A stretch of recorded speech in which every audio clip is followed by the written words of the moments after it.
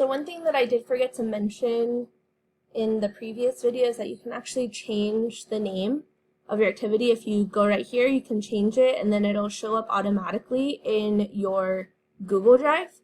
And so what I'm going to show you really quick is just how to add it into your SeeSaw activity library. So you'll click on New Activity. You can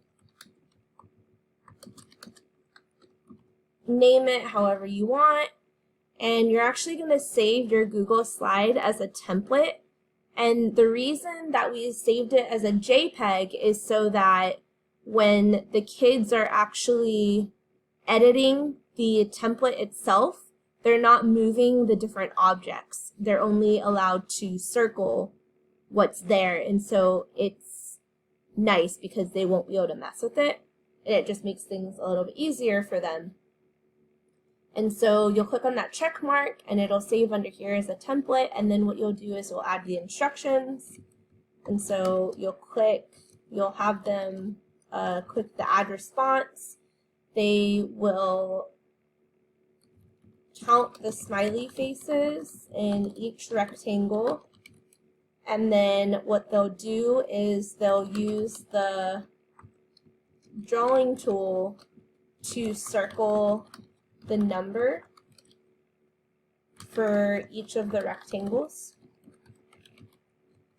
and then they will tap on the mic, and this is just an added part of the activity that they can do. They can tap on the mic and say the number they circle for each rectangle, and then after that they will click the check to submit their work, and then you'll save it, and then it will show up right here in your library, and then you can assign it.